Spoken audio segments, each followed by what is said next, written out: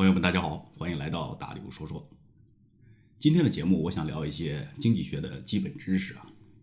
因为这一段时间我们追热点追的有点多了，虽然追热点能够引起大家的关注，但是呢，作为一个栏目来说呢，基础知识还是必不可少的，它是这个栏目的根基和土壤。今天我们就聊聊钱吧，大家对钱感兴趣啊。钱就涉及到了很多货币银行学的基础知识。其实你了解了之后呢，对于一些热点事件呢，还有一些经济学上的一些现象，会有更深的认知。比如我来举一个例子啊，按道理说，一个国家的中央银行，它肯定要对这个国内的本国的货币有着完全的掌控。但是呢，作为咱们国家来说，中国人民银行对于咱们国内的人民币却是做不到100%的完全掌控的。也就是说，我们呢，事实上没有完全的货币主权。可能很多朋友听到之后觉得不可思议啊，这怎么可能呢？但是这是事实。今年呢，由于疫情的影响啊，经济下滑，世界各国都在放水。我们听到美联储扩表了，量化宽松，大放水。但是对于咱们中国来说呢，央行不止一次的说我们不搞大水漫灌，究竟灌了没灌，从哪儿考证呢？要说咱们没有大水漫灌，但是为什么社会上的货币总量，也就是 M2，每个月会增长10%呢？这怎么理解？还有一些经济学上很多的名词啊，存款准备金率，对吧？大家经常听到过央行调整存款准备金率。为什么在西方的发达资本主义国家，他们很简单呢？加息、降息、量化宽松没了啊，咱们央行的招数特别多，这到底是为什么？今天咱们就讲一讲啊。首先说一下钱是怎么来的吧。我们拿起一张钱，上面有6个字，中国人民银行。咱们用的人民币是中国银行印发的，这个没有什么问题啊。钱和银行之间到底有个什么样的关系？我来用一个小故事形象的说一下。比如说张三和李四，张三有苹果，李四有桃子。张三想吃桃子呢，就拿苹果跟李四换，这2个人就这样换得不亦乐乎。后来呢，出现了一个叫做中央银行的家伙，央行就对张三和李四说了，你看你们这多麻烦，我这儿有一个东西叫做货币，这儿有1块钱，它能买一个苹果，也能买一个桃子啊，太方便了，你们谁要？张三和李四就说了，万一买不着怎么办？央行拍着胸脯，买不着找我，我负责。于是呢，张三就找央行想要1块钱，但是钱这玩意儿不能白给啊。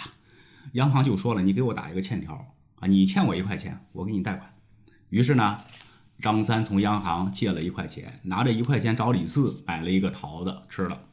李四手里就拿到这1块钱。过了2天呢，李四找张三去买苹果，张三没苹果了。张三说苹果被我吃完了。李四就急眼了，拿着这1块钱什么也买不着，于是呢就去找央行了。你不是说这1块钱能买一个苹果或者一个桃子吗？我现在买不着了，你说怎么办？央行也傻脸了，央行也没有苹果和桃子。处在这种情况之下呀，我们就叫做央行欠了李四1块钱，对吧？李四拿着1块钱，央行必须要为之负责的，他要负责给李四1块钱的东西，就是央行欠债了。从这个道理上说，央行每发行出去1块钱，就是向某个特定的群体，向某个特定的目标欠了1块钱。正常上我们就是说，央行向全社会欠了1块钱。可能有些朋友觉得不对，那张三还欠着央行1块钱呢。朋友们，如果有人能想到这一层的话，就证明你货币银行学已经入门了。中央银行是一个非常神奇的存在啊，它可以不经这个社会的同意就欠这个社会的债，而且呢，央行还总能找到一个冤大头，让他欠自己的债，从而债务上是平衡的。别人欠央行，这很明显就是央行的资产啊，就像张三欠了央行1块钱，央行肯定有了1块钱。央行欠这个社会上的债，这叫负债。负债从本质上来说，就是央行往外发出的货币。我们看央行的资产负债表，它的资产和货币啊，它的资产和负债永远是相等的。看资产负债表，其实就能看出这个社会上的基础货币有多少。至于说央行怎样去找一个冤大头，让他来欠自己的钱，那么我们看央行的资产负债表啊，咱们详细的来研究一下。截止到2020年的8月份，咱们国家央行的资产负债表的总额是36.5万亿，但是在今年年初啊，2020年的元月份，资产负债表的规模是37.34万亿，也就是说，咱们的央行的资产负债表是缩表了，我们社会上的基础货币肯定是减少了，没有搞大水漫灌。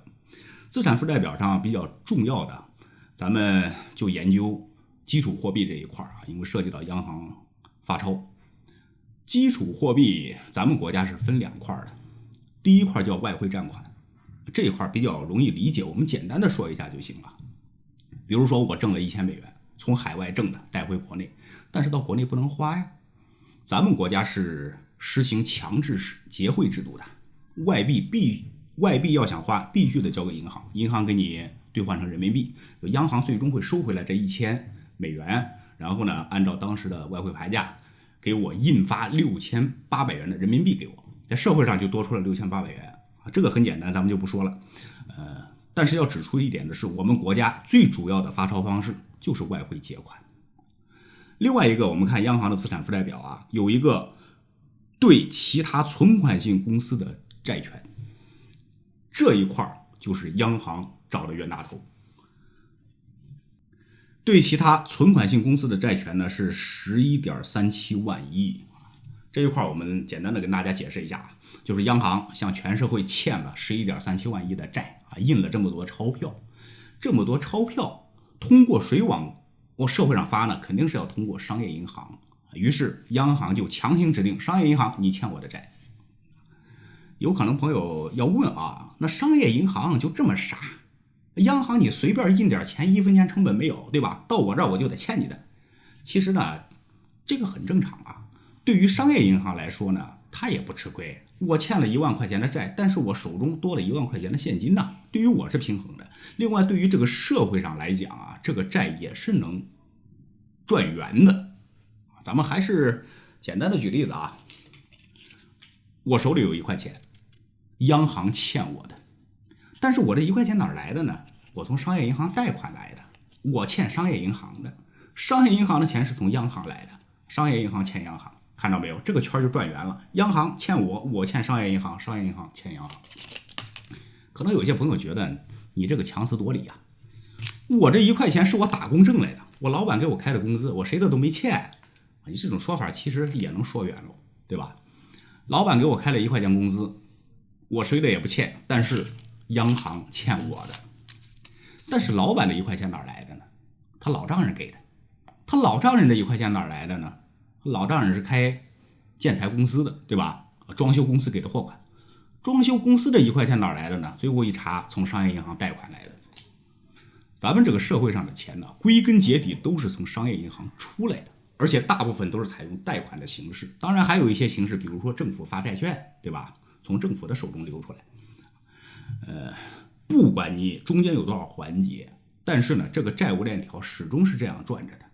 央行欠全社会的，全社会的钱是从商业银行出来的，欠商业银行的，商业银行欠央行，这个债券，这个圈子呀，就是这么圆起来的。需要指出的是，央行刚才我们已经说了，央行不需要经过全社会的同意就可以欠全社会的债，而且这个债呢，永远不用还。这一块可能很多朋友都不理解，不理解没关系，你就知道央行可以欠债，而且永远不用还。道理很简单，如果央行还债了，把这个债务收回来，这社会上就没钱了，对吧？这是一些基础方面的知识啊。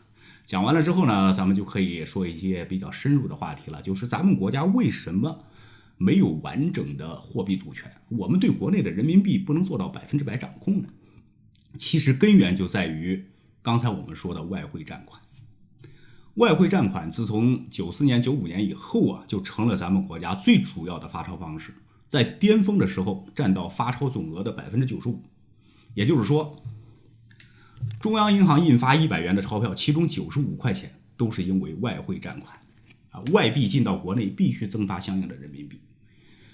在从这个道理上来讲啊，央行要说控制一个国家的货币总量，这是理所当然的。但是我们的央行控制不了人民币的发钞总量，因为每年进来多少外汇，央行说了不算。这就造成了，其实这些年我们所遭遇的通货膨胀跟这有很大的关系。有朋友可能问了，咱们为什么要实行这么一套货币政策呢？这套货币政策是94年、95年朱镕基总理一手打造的。我们为什么要放弃掉货币主权？肯定是有利的，对吧？没利哪个傻子才愿意这样干？最大的利益在哪儿呢？就是我们的人民币虽然在国内它有通胀的可能，但是在国际上它是和美元紧紧绑定的硬通货，因为我们的人民币不是增发的，它进来1美元会相应增发6.8人民币啊，根据外汇牌价。这一个举措呢，能够非常有力的稳固人民币的汇率。在巅峰的时候，咱们国家的进出口曾经占到 GDP 的65%，啊，2/3都要依靠进出口。从中呢，我们确实是得了很大的利益的啊。咱们国家这些年发展这么快，进出口贸易功不可没，一直到现在还是很重要的。但是这几年呢，我们看到央行明显的各种各样的货币政策层出不穷。今天调整一下存款准备金率，明天呢中期借贷便利啊，各种各样的新名词，大家看得眼花缭乱。其实呢，在国际上，发达的资本主义国家，我们看啊，调整货币工具很简单，加息、降息、量化宽松，根本没有咱们国家这么多招数。为什么我们央行调整货币手段这么多呢？说实在话是被逼无奈啊，咱们是没有办法。因为别的国家呀，想要控制货币的话，从源头上就可以解决。我不给你商业银行贷款，你社会上就没钱；我想给你商业银行贷款，你社会上钱就多，对吧？他们能从源头上控制，但是我们呢，从源头上控制不了。说实在话，咱们人民币啊，确实都已经超发了，因为我们的外汇占款呢，太厉害。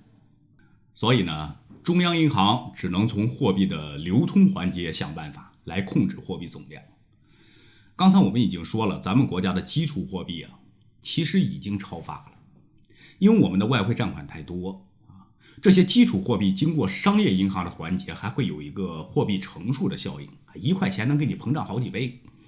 货币乘数效应，我们以前做节目说过好多次了，今天就不再说了。